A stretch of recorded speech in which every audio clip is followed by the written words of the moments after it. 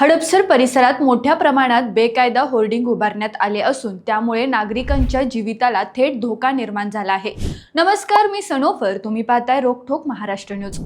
या गंभीर प्रकाराबाबत रोकठोक महाराष्ट्र न्यूजने सातत्याने आवाज उठवला होता।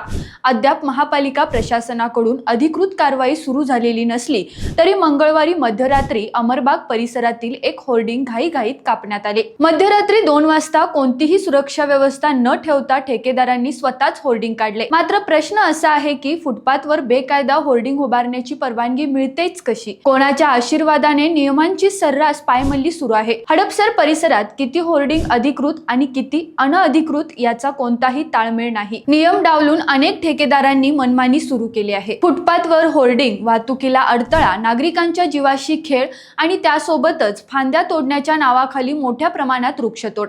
पालिका अधिकारी, कर्मचारी आणि उद्यान विभाग यांच्या संगनमतानेच हा प्रकार सुरू आहे का, असा थेट सवाल आता उपस्थित केला जात आहे। हडपसर परिसरातील सर्व होर्डिंगचे ऑडिट करून कठोर कारवाई करावी अशी मागणी नागरिकांकडून होत आहे। प्रशासन खरोखर कारवाई करणार का, की नेहमीप्रमाणेच डोळेझाक? याकडे संपूर्ण हडपसरसह पुणेकरांचे लक्ष लागले आहे। अशाच नवनवीन अपडेट पाहण्यासाठी रोकठोक महाराष्ट्र न्यूज चॅनेलला सबस्क्राईब करा, लाईक करा आणि शेअर करा।